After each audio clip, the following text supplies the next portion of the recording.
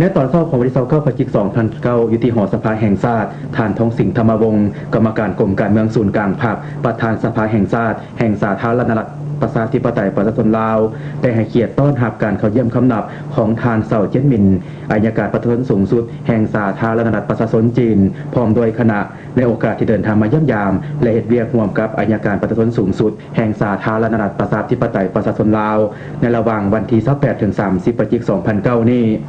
ในโอกาสที่ทานทองสิงห์ธรรมวงศ์ประธานสภาแห่งชาติลาวได้แสดงความต้อนรับอย่างอบอุ่นพร้อมทั้งติราคาสูงต่อทานเซาเจิ้นหมินอัยการประธานสูงสุดแห่งสาธารณรัฐประชาชนจีนและคณะที่ได้เดินทางมาเยี่ยมยามและเฮ็ดเวียกอยู่ลาวในครั้งนี้นับว่าเป็นบาทก้าวอันสำคัญในการเสริมขยายสายสัมพันธ์มิตรภาพและการร่วมมือรอบด้านระหว่าง2พรรค2รัฐก็คือประชาชน2ชาติลาวจีนที่มาตั้งแต่นั้นแล้วนั้นให้เจริญงอกงามยิ่งขึ้น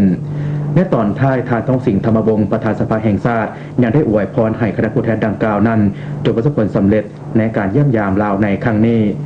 ท่านเซาเจิ้นหมินได้ต่างหน้าให้คณะแสดงความขอบใจเป็นอย่างสูงต่อทานประธานสภาแห่งชาติลาวที่ได้ให้การต้อนรับอย่างอบอุ่นพร้อมทางได้แจ้งจุดประสงค์ในการเคลื่อนไหวเยี่ยมยามและเฮ็ดเวียกอยู่ลาวให้ทานได้รับทราบ